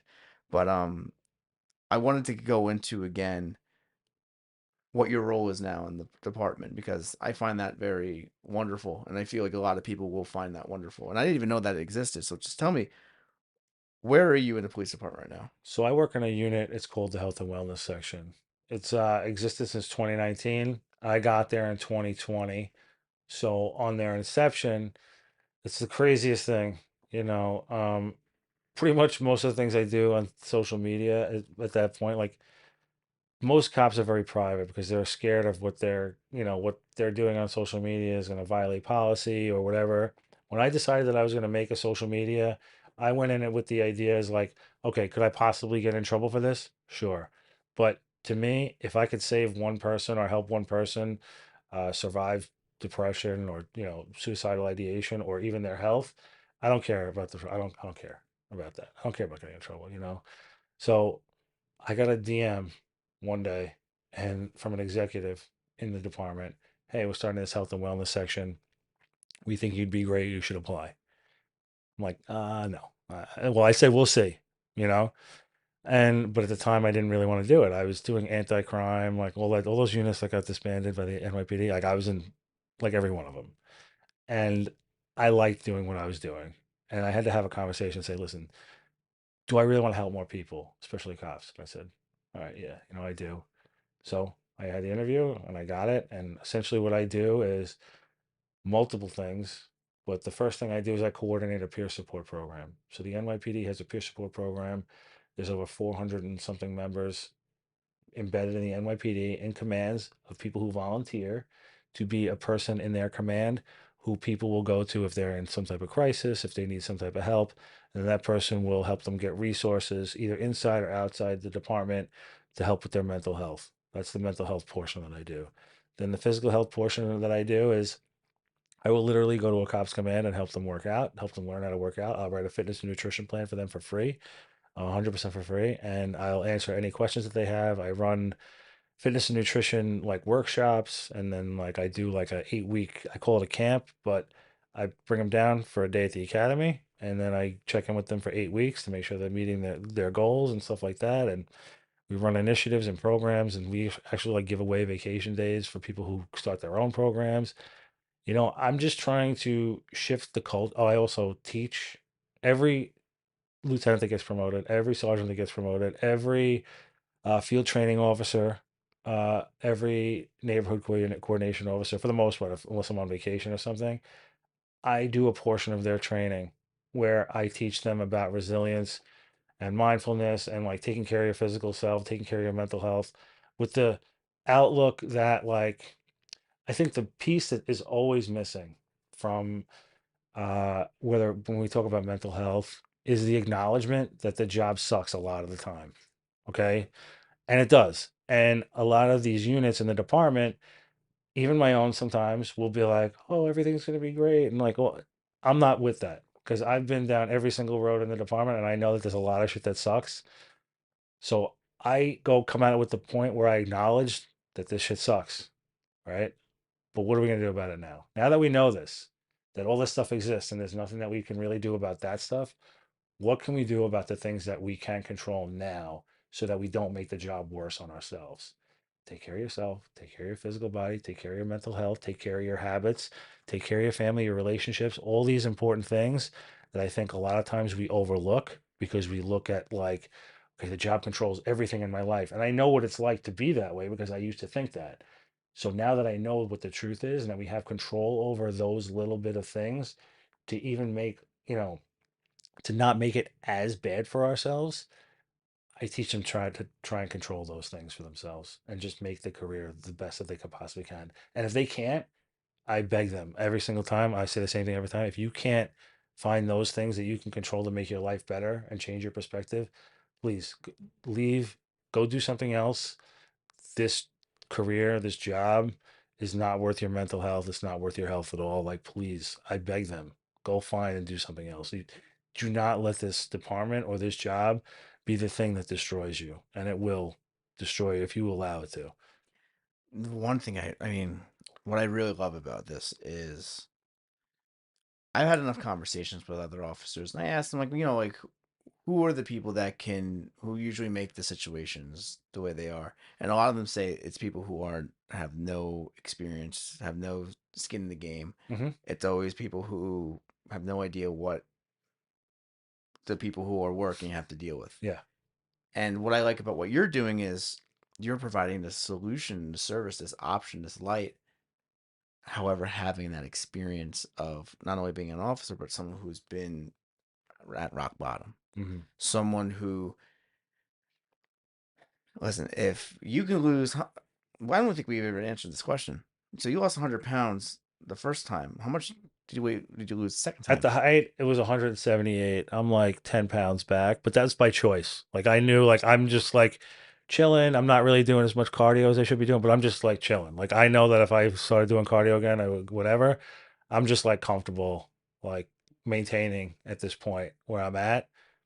So yeah, so let's say I'm down 168 pounds now, but yeah, So if you can lose 168 pounds, I'm pretty sure you can help someone lose like 20. yeah, So I think that just helps people out tremendously. And it's nice because just talking to you for the past like hour and 40 minutes, you're an everyday, like you said you're boring. I don't think you're boring, but you're very approachable. You're very easy to talk to. You're someone that, hey, like I can have a conversation with you. I can talk to you about stuff. I could talk to you about other things other than the job. yeah. Where I feel like that's something that a lot of people they probably can do. They don't realize they can do Yeah. or they're capable Well, of I hope doing they this. do. I mean, that's the one thing I always want to impart on this. Like, I have people will be like, "Oh, I saw you here at the academy, but I didn't want to come up to you." I'm like, bro, like, I live for this. Like, I literally live to have conversations with people and talk to people, and like, even if we disagree, like, that's the stuff I live for, man. Like, I want to talk to people. I want to help people. I want to do all this stuff. Come up to me, talk to me. Like, we'll hang out. We'll work out together. Like, that's literally what I live for. Tell me more about this department. So has it been received well by a lot of the other officers? It's a mixed bag like anything else.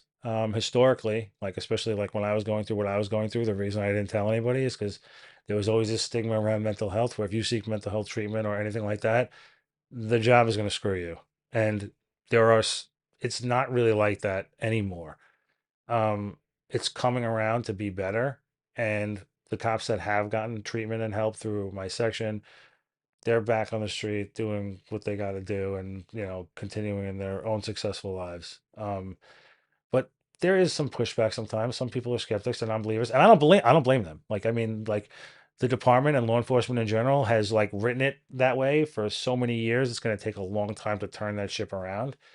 But the ones that have gotten help, they do appreciate the help, and I just want people to know that like those resources, because even when I came to the unit and like employee assistance unit is a part of what we do, there are counselors also who deal with mental health crisis and counseling. I was like, yeah, right. I would never go to them. They're going to tell everybody anything. But I've seen things since I've worked there that like the things that they go through to save somebody's career and life is like cr- craziness. And the hardest part that we have in our job is because of everything's anonymous.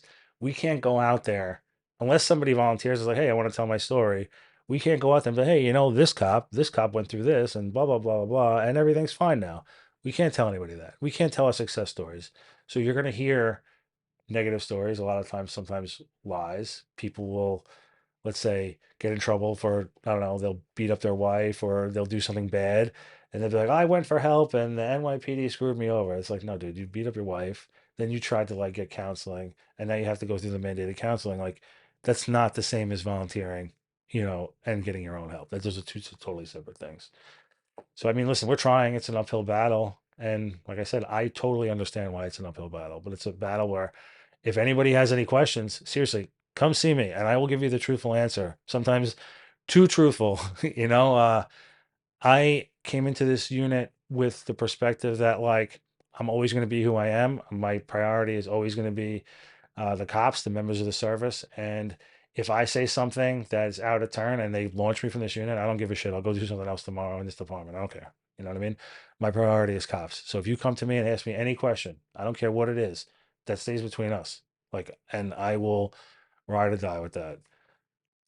What has been your what has been your proudest moment since this journey started?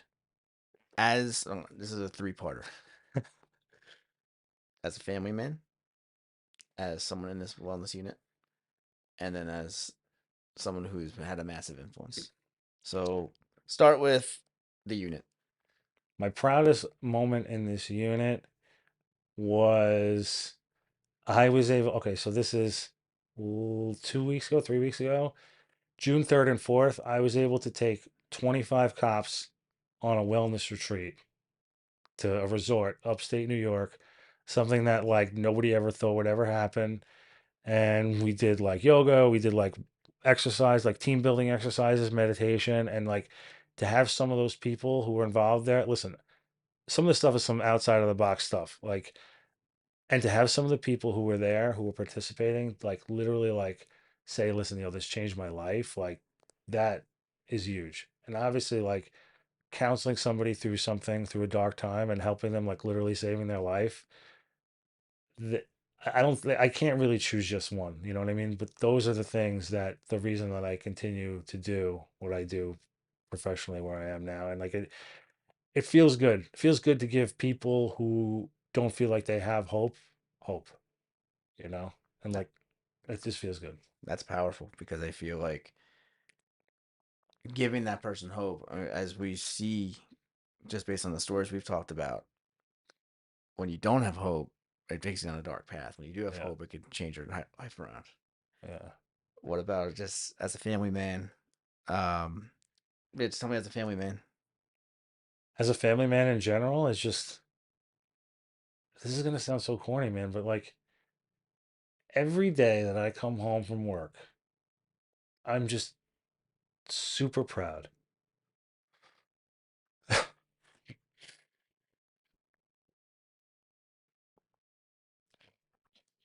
Sorry. Anyway,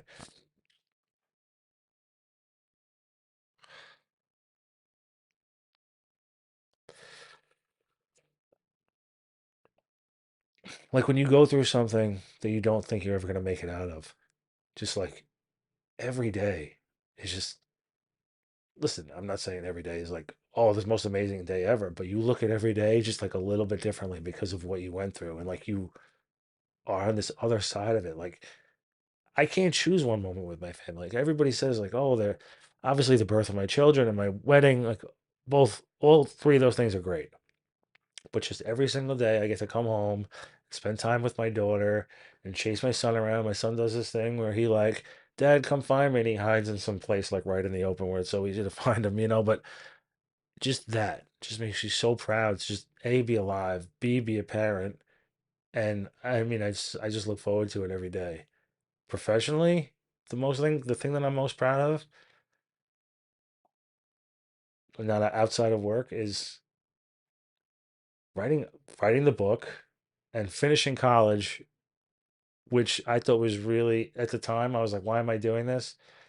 But now looking back on it, like I'm really proud that I finished that. Like my kids got to see that. My kids got to see that I even after 21 years, I finished my degree and I never gave up.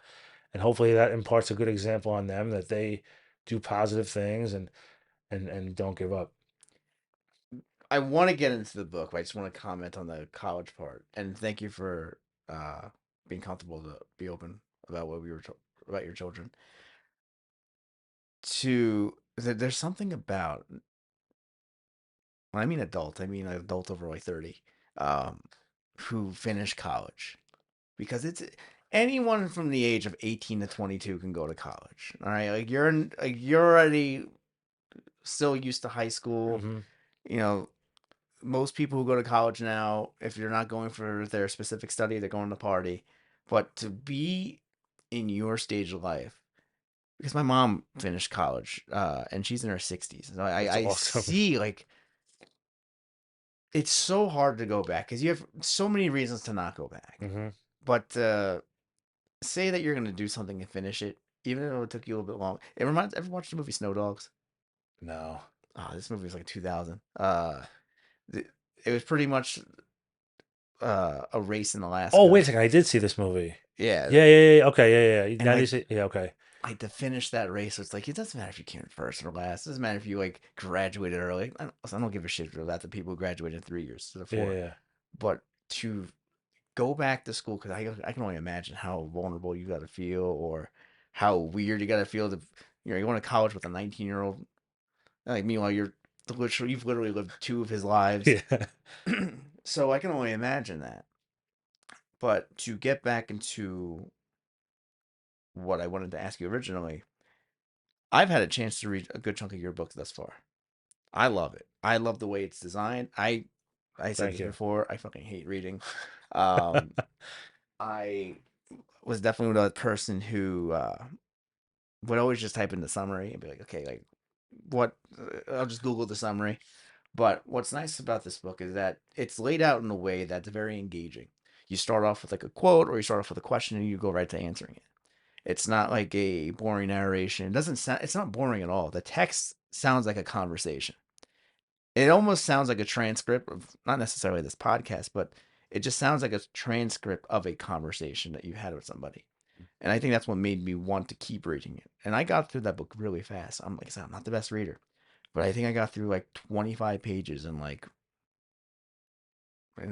one sitting, like with real ease, and that's unheard of for me. So kudos to that. But Thank tell you. me more about the book. So, what's the book called? The book's called Starting Over: How I Learned How to Stop Being an Asshole and Lost 175 pounds in the process. That's a grabber right there. And the cover art is me burning an old picture of myself. And the reason that is I made a video. This is when I first started. I made a video. So the first video I ever made that I put on Instagram, like video, where I did the same thing. I burned an old picture of myself, and I was like, I want to pay homage to that, like the beginning, because I just think it's such a powerful thing. Because if you were really going to transform yourself, you really have to essentially like let go of the old person that you were and start creating a whole new person. Uh, and it's just been great. But um, the book, was like, I was like, I want to write a book, right? About what? I don't know. I'm like, I was originally going to do a selfish book about my whole life up until this point, like everything that I went through. And I'm like, you know what?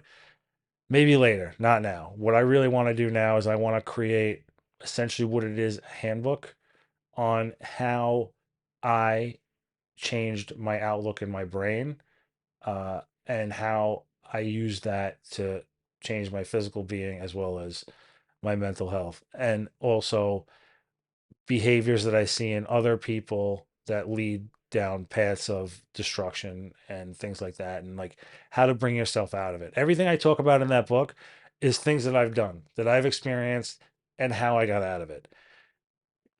Tools that you could use, or anybody that can use them to help change their habits, to help change their mind. Maybe they have a negative way of thinking. Maybe they have a negative outlook. Maybe they're creating habits, negative habits that they don't even realize they're creating. But after reading some things in that book, you're like, oh, wait a second, I do that. Like I've had people feedback about the book be like, yo, this on page whatever, this this is exactly what I'm doing. I didn't realize that I was doing that. And they literally changed what they did. Somebody told me because I talk about doom scrolling and like uh Facebook sharing, right? Like I see something that makes me mad, so I share it, right? But A, you didn't really do anything, That's not the and part. B, you just made whoever is in your friends list see something that may or may not be real and have an adverse reaction to it and create this whole path and trail of negativity, right? This guy realized that he was doing that and actually went back and deleted like years worth of Facebook posts because of something that I wrote in a book. To me, that's powerful. This guy realized, oh my God, I can't believe I'm doing this. And I was the biggest culprit of that in my entire life, you know? So it's just real life shit, real life things that you can implement every single day. And I created it almost like, I don't want to say like a workbook, but it's like, hey, listen, maybe you're having these habits. What are some habits that you have like this that you can name here? Like, what are some emotional reactions that you're having? How label that emotional reaction? Like, what are some statements that you make that are based on ego versus what the logical statement should be or could be? And which one is better for you and like why this one serves you better. You know, it's all things that I had to go through in my mind and literally planning the book out. I wrote it in Apple, like whatever it is, the editor pages, I think it's called Apple pages on my MacBook. And then eventually I just formatted it into whatever. It took like 2 years. The main part was formatting it. It took 2 years and then we did recipes. There's 30 recipes in there to help people get on their fitness journey because everybody's like, I don't know what to cook, I don't know what to make. And I made sure that these 30 recipes are things that you would actually eat that are absolutely delicious. Most of them are high protein because I eat a lot of protein. Protein's good for you and it helps keep you full. And I think you'll really enjoy them. What's what is like your favorite two dishes from that list? My favorite two dishes from that are the cheeseburger salad. I know it sounds so ridiculous, but it's like a jar cheeseburger salad you bring with it everywhere. I love cheeseburgers probably more than anything, and the rainbow cookie overnight oats. Yeah, I saw Yeah, those. yeah, yeah, yeah. I saw No, those. that's good. Yeah, that book is awesome. Now, do you have another book? So the other book, it's not really it is a book. It's marketed as an ebook, but it really is a program. It's called HFL 62, right? I don't really market it as much because I'm trying to improve it. What I want to do with it essentially is okay, so I'll explain what it is first. 62 is 62 days, right? Trying to create healthy habits in 62 days. There's three levels for the program. There's a beginner, a medium, and an advanced. And it's 62 days of progressive workouts that really literally start from the couch. Okay? Because I feel like there's this whole I don't want to say market, but this whole group of people that are left out. There's like people who go to the gym, but there's this whole group of people who are intimidated by the gym, don't know where to start, or really just don't know that much about exercise. So this is literally designed, especially at the beginner level, to start from sitting on the couch and standing up, and then eventually progressing on that to where I teach you over 120 exercises. This way, if you want to go back to the gym, if you want to, now you know how. Now you know how to do these types of things. There's some band exercises in there that simulate what a workout machine would be like. Then we build on that, and then there's habits that go in with that. And the reason that I don't really market it as much is I want to create a sort of course that comes with the book. It would just be like 9 lessons that I want to teach. You could take them at your own pace. It will be included with the book.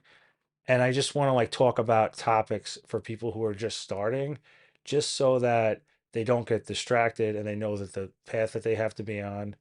And I wanted to add the exercise because every exercise that's in there, I created a video demonstration of that exercise in case you don't know how to do it, which is currently on my YouTube. But I want to add those to a separate section of my website so it makes it much easier for you to do it. The people who have done the program, I listen, that's a whole other thing too. Like before I released that book, I ran pilot programs. Like, is this going to work for people? And the results that people have been amazing. There's people there who the whole program is really not to lose weight. The program is to build those healthy habits and like teach people about exercise and health. But there are people who definitely lost weight. There's people who were much stronger, couldn't pick up their grandkids, like older people. And, it's a great program. This has been really fun. I've had a really good time. My final question would be Well, I have two questions. One of them is a question that I came up with, and the other one is I'll show you that in a little bit. For someone who wants to get started, for I know you said focus, I know you said effort, but if someone wants to get started on really making a change, whether how they live their life, what they eat, they want to work out more, what are key besides getting this book, because I do think this book is great. I think this book is really, it's not, there's something about you being relatable that makes this very readable, where it's not like you're a nutritionist, like almost talking down to the Hmm. reader. It's a, hey, I've done this before. Like, I'm as relatable as you can be. Um, you talk to somebody.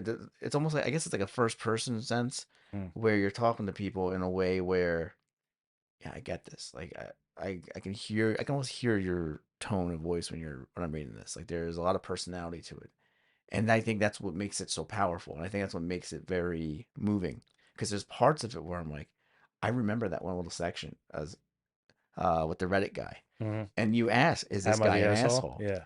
And right in the right hand corner, it's like, "Yes, he is." And I'm like, "Yeah," like with the way you're describing, I'm like, "It is," because this guy is just being. He might think he's saving people, but really he's just trying to spread his. I don't want to say evil, but he's trying to spread his negative energy. Hmm. Um, but someone who wants to get started, someone who wants to make a positive change in their life, what are like some key components that they can do right now? Like if they want to say they just finished watching this, like what are the immediate things they can do For nutrition and health, for nutrition, for health, for attitude? walk, go walk. All right. It's the most underrated thing, not only for exercise, but you get to see the atmosphere, you get to see people around and maybe meet some people. Okay. That's number one. Walking is the most underrated thing on earth for health. Drink more water. Um, but to change your mindset, man, like this is the key. And this is something that's just missing from so many people now. Empathy. When you see somebody or you see something, not only do there's a quote like you don't know what somebody's going through, take it a step further than that. The step that I want you to take, that I want everybody to take is I could be that person. Me and that person are no different than each other. And I'm one step away from being that. What is it like to be that person? And what is their life like before you pass judgment on them or anything? And I think that will open up a whole brand new perspective for you, especially for mindset is concerned. And find the small things every day that make you happy, that you enjoy doing, and remind yourself of those things. Even get your kids involved. They're like, hey, what's something good that happened to you today? You know, if you have kids, or even you think about it before you go to bed. You don't got to write it down if you want to. If you're into gratitude journaling, that's cool too. But think about it before you lay your head down on your pillow. Think about what's something good that happened to you today. What's something good that you did for somebody else today? What's something good that somebody did for you today? Those small sustainable things that you can do, it's very easy to think about those. And some days it'll be hard. Some days the best thing that'll happen to you is, hey, somebody held the door for me. But you know what? Somebody did hold that door for you. So they cared about you. They acknowledge you as a person. You have to remember those little tiny things. And those little tiny things build up. And that's the things that will take it from day to day to day. Where I said take it one day at a time. I'm going to make it through this day. Those are the things that's going to help you make it through the next day. I mean, that's probably the best way we can end it. Uh, Thank you so much for this. I really appreciate the time. I really appreciate Thank all the you, man. knowledge and the wisdom, and then pretty much the lessons that you've learned, because I feel like you're definitely going to help a lot of people. And I'm not even talking about work. I'm not even talking about your following. Just the way you present yourself, the way you talk, the way you have faced through adversity, you're going to be an asset for a lot of people. Thank you. And if is there a way someone can find you? Is there a way someone can reach Oh out to you? yeah, Is there a just way? send me a DM. That's another thing is I answer every single DM that gets sent to me unless it's like spam. But I answer every single one because I know what it's like to reach out to somebody you don't know, and I know that could be uncomfortable. And I know usually if somebody's reaching out, they really need something. So at huge HUGE underscore fat underscore loser is my Instagram handle, or huge fat loser at gmail.com is my email address. Those are the two best places that you could find me, and I will answer you back. Love it. And I can't say anything else other than thank Thank you you. again. Thanks.